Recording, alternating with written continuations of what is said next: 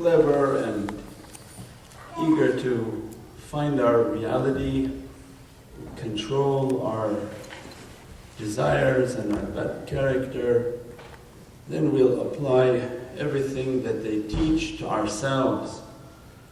If we're not so clever, we begin to think that every teaching is about someone else. And if we're very, very unclever, then we actually name out people. Oh, he's probably talking about this person, he's probably talking about that person. And the cleverness is to think that, oh, he's talking only about me. And directing it to the self and taking these teachings to the very core. The importance of writing these understandings so that when we reflect later, we can go deep into the understanding of ourselves. And Mawlana Shaykh always reminding that the divine teaching in Holy Qur'an, that we don't change a condition of a people until they change what's within themselves. And we've said that many times, but just the pondering of that ayah and what Prophet ﷺ inspiring in the hearts of awliyaullah and what they are giving us of understandings and remembering from their teaching, that every condition is exactly perfect by our Creator to bring out our reality. This is the rule, the exception is abuse. So don't come up later and say, Shaykh, if somebody abusing you, just said you have to go through it. The rule is that every condition is perfect for us.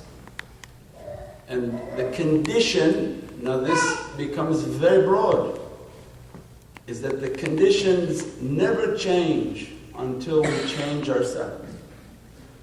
So then we feel that where we're living is not good enough, we'll move and we'll find something. We feel that who we're living with is not good, so we'll separate and we'll find something else. Who we eat with, work with, even chant with, that always I find a problem or we find a problem with the condition and we move ourselves. And Allah says, no, this is incorrect. That every condition is perfect for you and I won't change your condition until you change yourself. And the condition is meant to cleanse us and put upon us our understanding that every time there's a condition, that the one who's seeking realities begins to realize that even for women, their children, or men, their children, their families, their wives, their husbands, every condition in that house is exactly perfect to what Allah wants to bring out the reality. But who knows himself will know his Lord.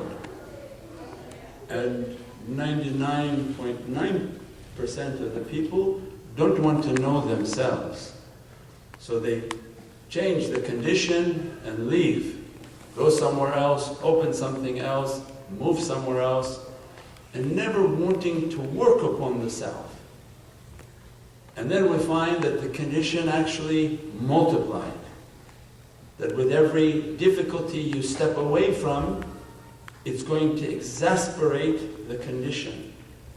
Because most likely you created a bit of damage and damaged goods, and you carry with you your baggage everywhere you go, until pretty soon you have a caravan of bags, and these are your azab and your difficulties that just follow you until it breaks you and you break down and don't know where to go. And the spiritual bath comes and begins to inspire within us and teach us that no, the condition of your household, the condition of your children is a perfect condition to train you. They are your shaykhs. They are going to bring your tarbiyah and your adab. And Allah, they are the easiest ones to control. The younger, the more purified, means the frequency to control that remote is very easy. They make that child move, run, jump, yell, scream, want food, not food. And they begin to teach us and inspire. Say, look, Allah is just saying, now that child is your Shaykh. Serve him, her, with all your being and run after them. This is your Shaykh. Because you're not going to submit to the guy with the beard. So Allah gives you your own condition at home. Submit to that. Run after them, clean them. Who would come and clean the Shaykh? At least now you go home, you have to clean your baby. You never think in your life that you would do that. And Allah just says, that's exactly where I want you to be. You run after them, you clean them, you wash them, you feed them. And I'm bringing out your reality. But we always clash with our condition. And we say, no, I don't like this condition, I'm going to change my conditions. But the ocean of taslimat, the ocean of submission is one that reflects and contemplates that, Ya Rabbi, you are the programmer. Oh my Lord, you are the programmer, you have programmed this. There's no way to firar, there's no way to run away from that program. I'm fooling myself thinking I'm going to run from that program. It's just going to be more difficult because we bring all now baggage and luggage with us. So then every condition reminding ourselves as when we think, oh, I have a problem, I'm sad, and whatever it is, the location is not going to change anything because Allah just says that condition won't change until you find something within yourself. Bring out the reality within yourself. Once the reality within the self comes out, we find that the condition automatically begins to change. And we don't have control of the condition, and we barely have control of the self, but the Divine will grant control to the self. That if you direct your focus on yourself, ask Divinely Presence, I want to work on myself, give me control of anger so that I won't be angry. Then you must believe that everything around you is going to spark your anger.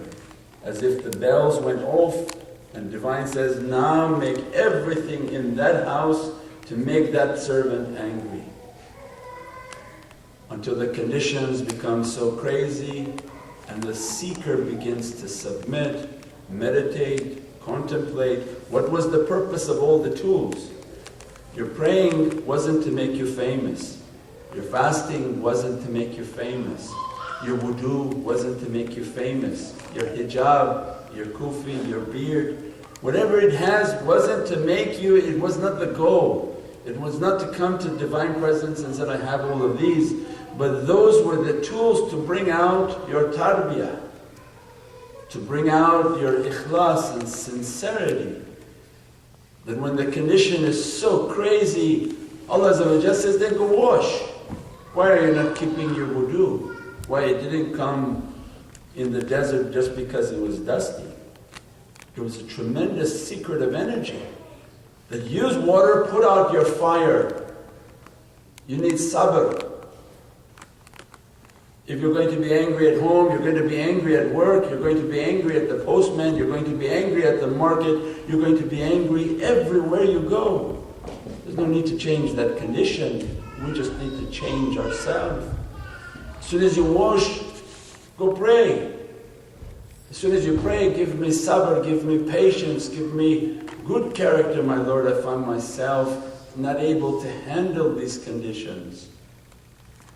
Then Prophet said, then fast. If the anger is so much that the washing doesn't change, the praying doesn't change, fast, because shaitan is running through your blood and has overtaken you.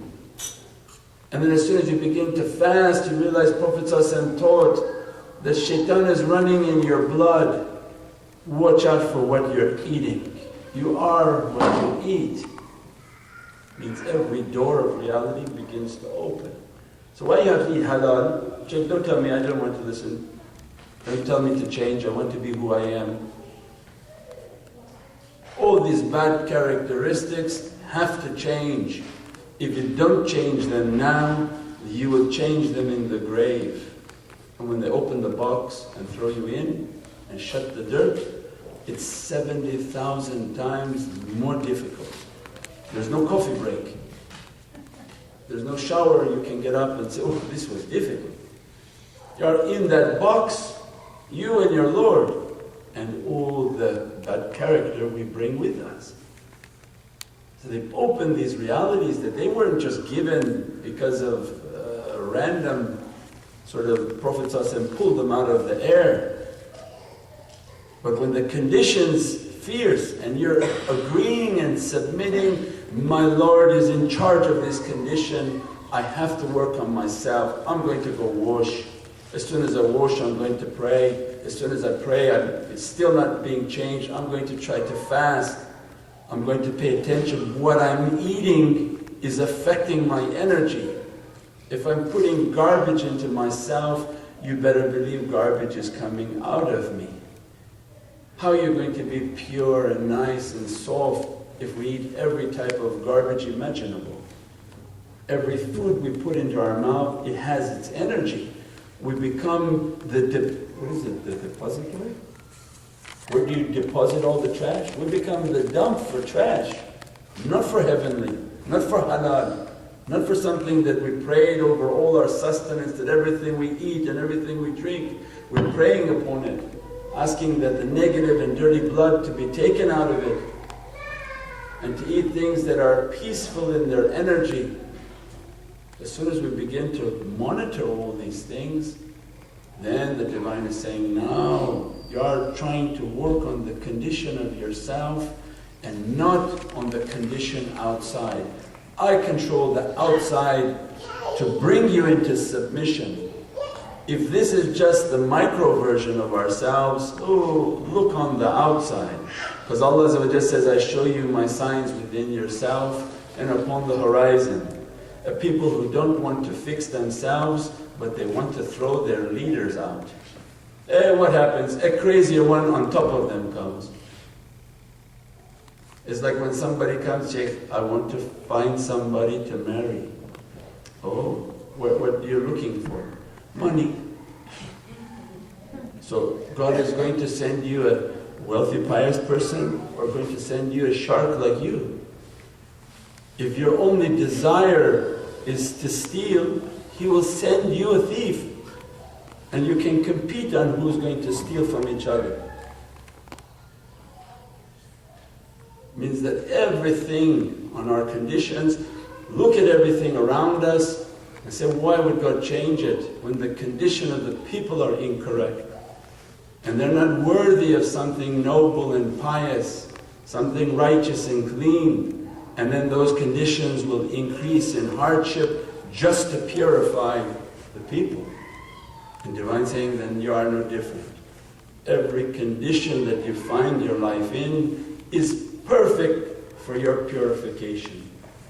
So I can handle it myself, say no, because even when you take a shower you can't wash your back.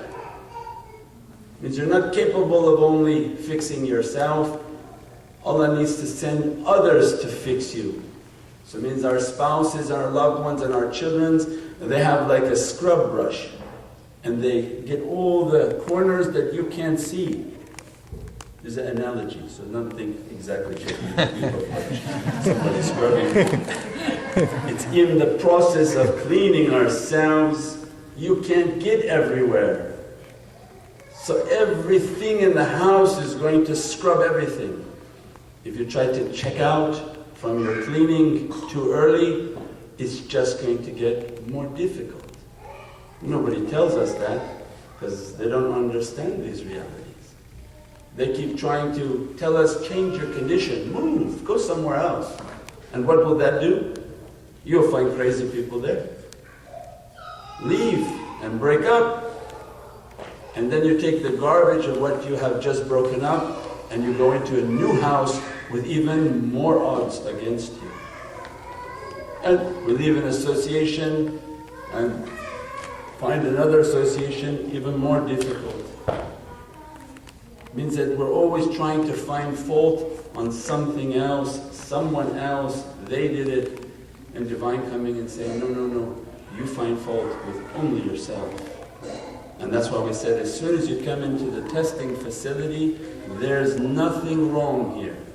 Everything is exactly the way it's supposed to be. You didn't start on time, yes, because you don't have patience. And you're to be taught patience. I'm hungry, then you should be patient. We're going to serve at the end the food. I'm tired, you should get up and move when the Shaykh is moving. Everything is a teaching. Everything is to bring ourselves down, our understanding down, our will down, so that the conditions of our existence can begin to change. If there is no submission, then outside conditions always increase in difficulty. And these outside conditions will eventually begin to crush until we find ourselves within the grave. Subhana rabbika rabbil izzati amma yasifun wassalamun alal mursaleen walhamdulillahi rabbil alameen. All people come to him, come to the way of Sultan Rabia, most honored one, and